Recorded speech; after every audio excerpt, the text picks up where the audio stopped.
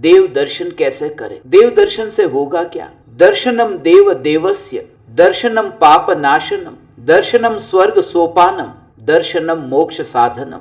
जिनेंद्र भगवान के वितरागी देव के दर्शन से पापों का नाश होता है, वितरागी परमात्मा के दर्शन से स्वर्ग की प्राप्ति होती है, और वितरागी परमात्मा के दर्शन से निज स्वरूप के दर्शन हो तो फिर मोक्ष की प्राप्ति भी होती है। देव दर्शन के लिए अब महामंदिर में जाते हैं। पढ़ाई तो हम घर पर भी कर सकते हैं, मगर हम घर पर बच्चों को नहीं पढ़ाते, उसे विद्यालय में भेजते हैं। ऐसे ही हम घर से मंदिर क्यों जाते हैं कि वहां का जो वातावरण है, वहां का जो माहौल है, उस माहौल में रह करके हम उस परमात्मा स्वरूप का अनुभव करें।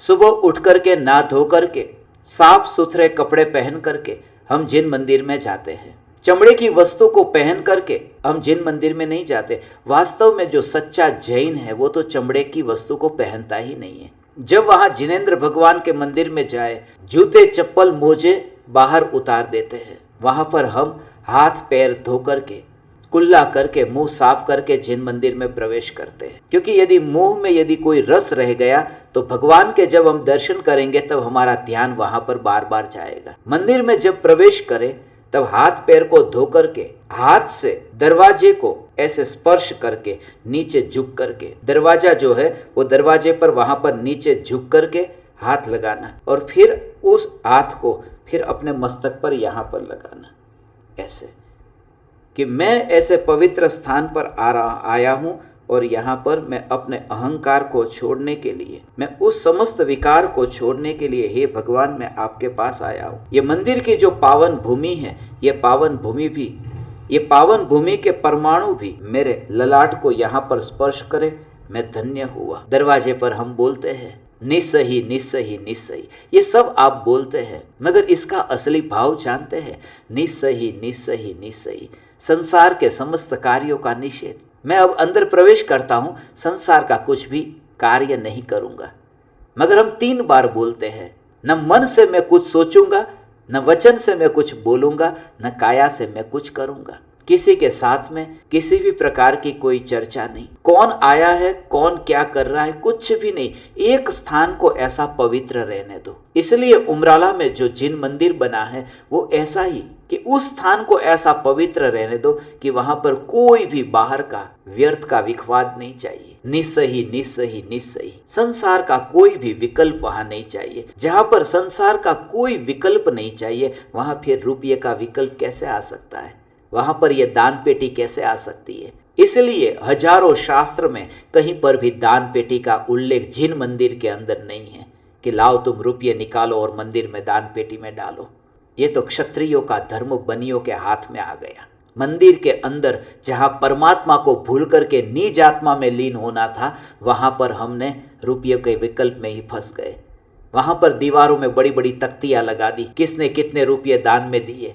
वहां पर वितरागी परमात्मा तो कम दिखाई देते हैं, दानवीरों के नाम ही ज्यादा दिखाई देते हैं। इसलिए जिनेंद्र भगवान के दर्शन करें, उस समय मौन रह करके, बातचीत किए बिना मौन रह करके वहां दर्शन करना है। जिनेंद्र भगवान के मंदिर में तो वहां और कोई नहीं, भगवान से महान वहां कोई नहीं है। एक बात खास याद रहे कि जिनेंद्र भगवान के दर्शन करें तब मंदिर में कोई दूसरा व्यक्ति वहां पर आए तो उसकी ओर ध्यान न जाए, और जाए तो किसी भी प्रकार का व्यवहार उसके साथ में न हो। जैसे कि आप वहां मंदिर में है और आपके ही पिताजी वहां पर है तो पिताजी को पैर वहां नहीं छूना है। कोई भी रिश्तेदार हो, वहां पर रिश्तेदारी नहीं है, वहां तो मैं और मेरे परमात्मा। वहां पर किसी को भी न हाथ जोड़ना है, किसी से न मिलना है, यहाँ तक कि जय जिनेंद्र भी मंदिर के अंदर नहीं करना चाहिए। कोई भी बड़ा सम्राट आ जाए, कोई भी बड़ा विद्वान आ जाए, कोई भी बड़ा पंडित आ जाए, अरे ज्ञानी भी क्यों ना आ जाए, जिनेंद्र भगवान के मंदिर में वहां पर कोई महान नहीं, क्योंकि जिनके लिए तुम खड़े होते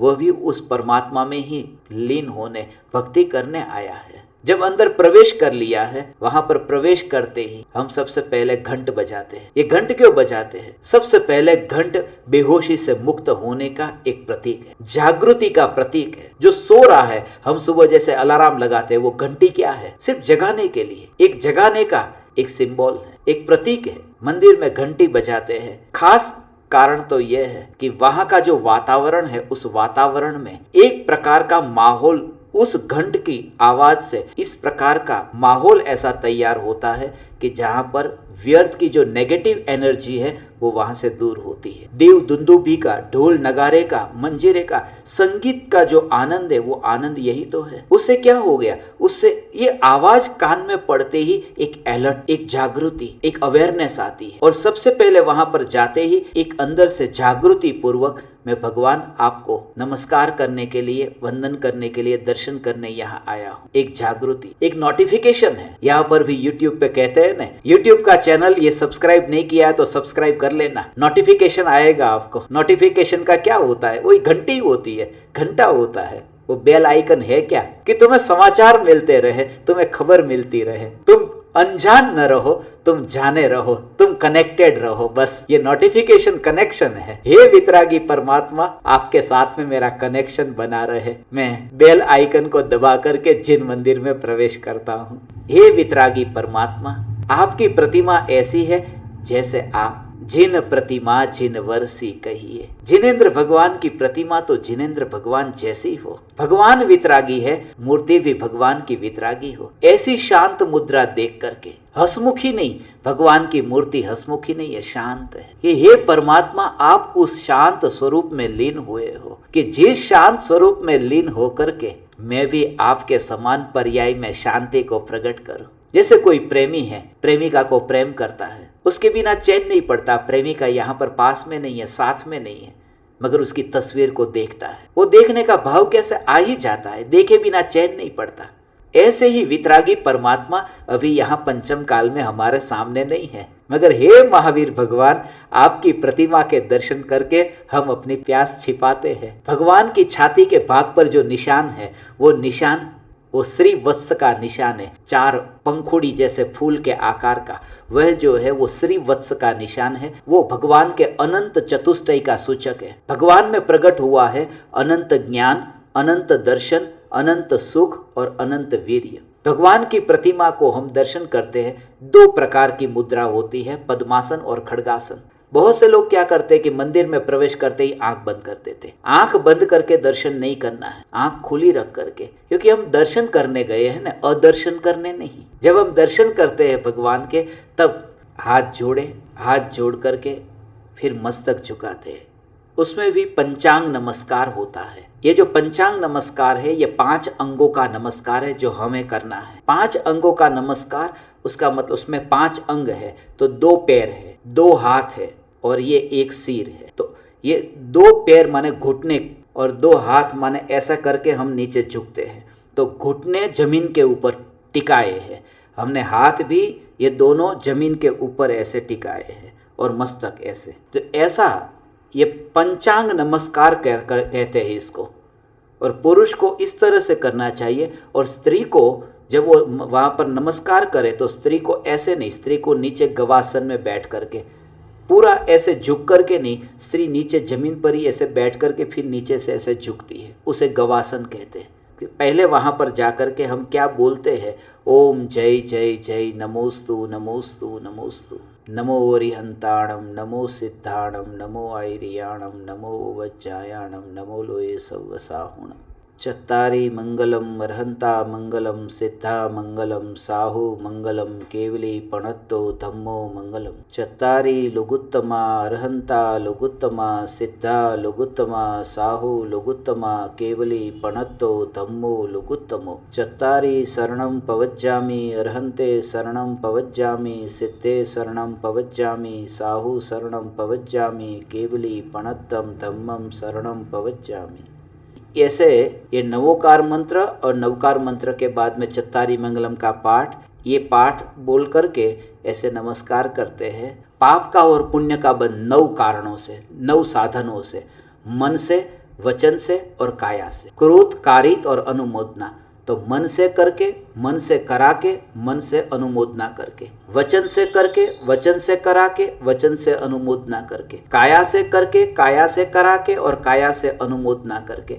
ये 9 प्रकार से हमें पाप भी बनता है और 9 प्रकार से पुण्य भी बनता है। तो ये 9 प्रकार से पाप और पुण्य, ये दोनों से छुटकारा हो, और मैं कर्म रहित दशा को पाऊं, इस भावना से 9 बार नमोकार मंत्र का पाठ करते हैं, जाप करते हैं। फिर हम भगवान के दर्शन करके फिर वहां प्रदक्षिणा घूमते हैं। प्र का अर्थ होता है चारों ओर से, और दक्षिणा का मतलब देना। चारों ओर से हम वहां पर चलते हैं, चारों ओर हम भगवान की ओर घूमते हैं। उसमें भी घड़ी के कांटे जैसे चलते हैं ना, ऐसे हम वहाँ भगवान के सामने दर्शन करते हैं तो लेफ्ट साइड से हम ऐसे शुरुआत करते हैं। लेफ्ट साइड से जब हम भगवान के दर्शन करने के लिए ऐसे जाते हैं तो भगवान हमारी कौन सी साइड आते हैं? भगवान राइट साइड में आते हैं। जैसे मैंने पहले कहा कि भगवान को हमेशा अपन दाई दिशा में रखते हैं, इसलिए जब प्रदक्षिणा लेंगे तो भगवान हमारे दाई दिशा में रहेंगे। उसका महत्व ये है कि हे वितरागी परमात्मा, मेरी ये भावना है कि मैं जहाँ पर भी रहूं, 3 लोक में कहीं पर भी घूमूं। ये 3 बार प्रदक्षिणा करते हैं ना, 3 लोक के किसी भी प्रदेश पर रहूं, मेरे निकट आप परमात्मा सदा काल रहे, मेरे पास में रहे, मेरे साथ में रहे। जैसे मेरे राइट साइड में जैसे आप है, बस मैं आपके बिना नहीं रह सकता।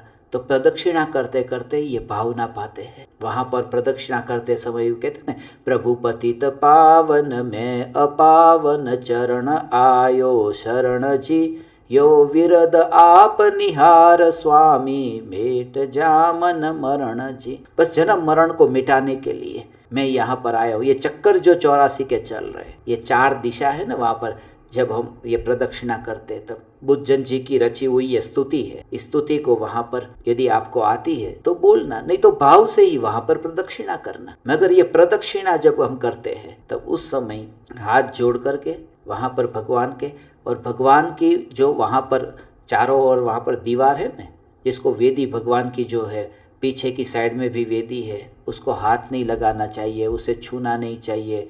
तब अभिषेक करते समय कैसी शुद्धि होती है हमारी, ऐसी शुद्धि के बिना भगवान की वेदी को हाथ लगाना दोष है। इसलिए दूर से ही, भाव से ही वहाँ पर हमें प्रदक्षिणा करनी चाहिए। ये चारों गतियों में परिभ्रमण किया और मैं ये 3 प्रदक्षिणा घूम करके, अर्थात रत्नत्रयी की प्राप्ति करके, रत्नत्रयी को ग्रहण करके ये चतुर्गति से छूटूं, इस भावना से देव दर्शन करते समय 3 प्रदक्षिणा देते हैं। ऐसे वहाँ पर हम 2 कार्य और करते हैं। एक तो है गंधोदक लगाते हैं और दूसरा है तिलक लगाते हैं। गंधोदक भगवान के दर्शन करके फिर हम ये दर्शन करने के बाद में गंधोदक का मतलब ये है कि भगवान का जो अभिषेक हुआ था तो वहाँ पर जो जल है, उस जल को हम यहाँ अपने ललाट के ऊपर ऐसे यहाँ पर लगाते हैं। वहाँ पर गंधोदक जब हम अपने यहाँ ललाट पर लगाते हैं, वहाँ पर 2 जल होता है, एक साफ जल निर्मल जल है और एक गंधोदक का है। तो हमें अपना पहला हाथ है ना, वो साफ जल में वहाँ पर लगाना है, जिससे अपना हाथ भी साफ हो जाए, और उसके बाद में ये जो गंधोदक वाला जल है उसमें लगाना है और फिर गंधोदक लेना है। यदि हमें गंधोदक ऐसा लगे कि अभी यहाँ कम है और लगाने का भाव आए, तो यहाँ ललाट के ऊपर लगाने के बाद में फिर दोबारा फिर गंधोदक के पात्र में उंगली नहीं डालना है। फिर यहाँ से छूने के बाद में फिर वो सादा जल है उसके अंदर हाथ डालना है। क्यों? क्योंकि यहाँ हाथ लगाया तो गंदा हुआ है हाथ, फिर सीधा गंधोदक के अंदर नहीं रखे। जब ये भगवान के दर्शन करके यहाँ पर हम बिंदी लगाते हैं तो उसका आत्म साधना के साथ में भी गहरा कनेक्शन है कि वो जो भगवान का केसर चंदन यहाँ पर स्पर्श होता है, वही एक प्रकार का एहसास कराता है। वो एहसास से साधक को एक अवेयरनेस बढ़ती है। जिन मंदिर में दर्शन करें तब हमें स्वाध्याय करना चाहिए। भले भगवान के मुख से वाणी न निकली, मगर भगवान की वाणी जो शास्त्र में लिपिबद्ध हुई है, उन शास्त्रों को पढ़ना चाहिए। ये जिनेंद्र भगवान के दर्शन करने का फल ये है कि अंत में कायोत्सर्ग हो। कायोत्सर्ग का मतलब काया से अब हम ऊपर उठ चुके हैं, काया से अब उपयोग हट गया है और उपयोग में स्थिर हो, उसका ये प्रतीक है। उस समय अपन नवकार मंत्र का जाप करते, वास्तव में वो निर्विकल्प ध्यान की मुद्रा है। हे भगवान, मेरी भक्ति में कोई चाहना नहीं है, बस इतना कम है क्या कि आपके दर्शन करके मुझे मेरे स्वरूप की याद आ गई, बहुत हो गया। पर कोई मांग नहीं करता हूँ मैं, हे भगवान आपके दर्शन करके मैं धन्य हो गया। इसी भावना से आप परमात्मा देव दर्शन करें। ये देव दर्शन की विधि मैंने आपको संक्षिप्त में कही। आप अपने बच्चों को ये देव दर्शन की विधि जरूर सिखाना, जरूर सुनाना। आज का ये सत्संग, मेरी ये भावना है, हर एक माँ बाप अपने बच्चे को ये सत्संग भेजे। आप समस्त परमात्माओं को मेरे हृदय के अंतःकरण से प्रणाम करता हूँ। मेरे प्रणाम स्वीकार करें। चैतन्य चैतन्य चैतन्य।